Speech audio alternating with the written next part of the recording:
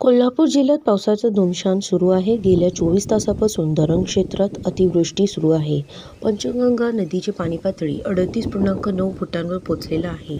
इशारा पातळी गाठण्यासाठी फक्त 3 इंच बाकी असून धोका पातळी गाठायला अजून 4 फूट बाकी आहे. पुढच्या 2 तासात नदी इशारा पातळी गाठण्याची शक्यता आहे.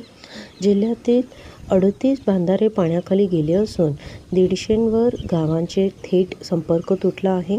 नद्यांच्या पाणी पातळीत झपाट्याने वाढ होत असून पंचगंगा इशारा पातळीजवळ आल्याने पुराचा धोका वाढला आहे. दरम्यान प्रयाग चिखली परिसरातील नागरिकांनी जनावरांसह स्थलांतर करण्यास सुरुवात केली आहे.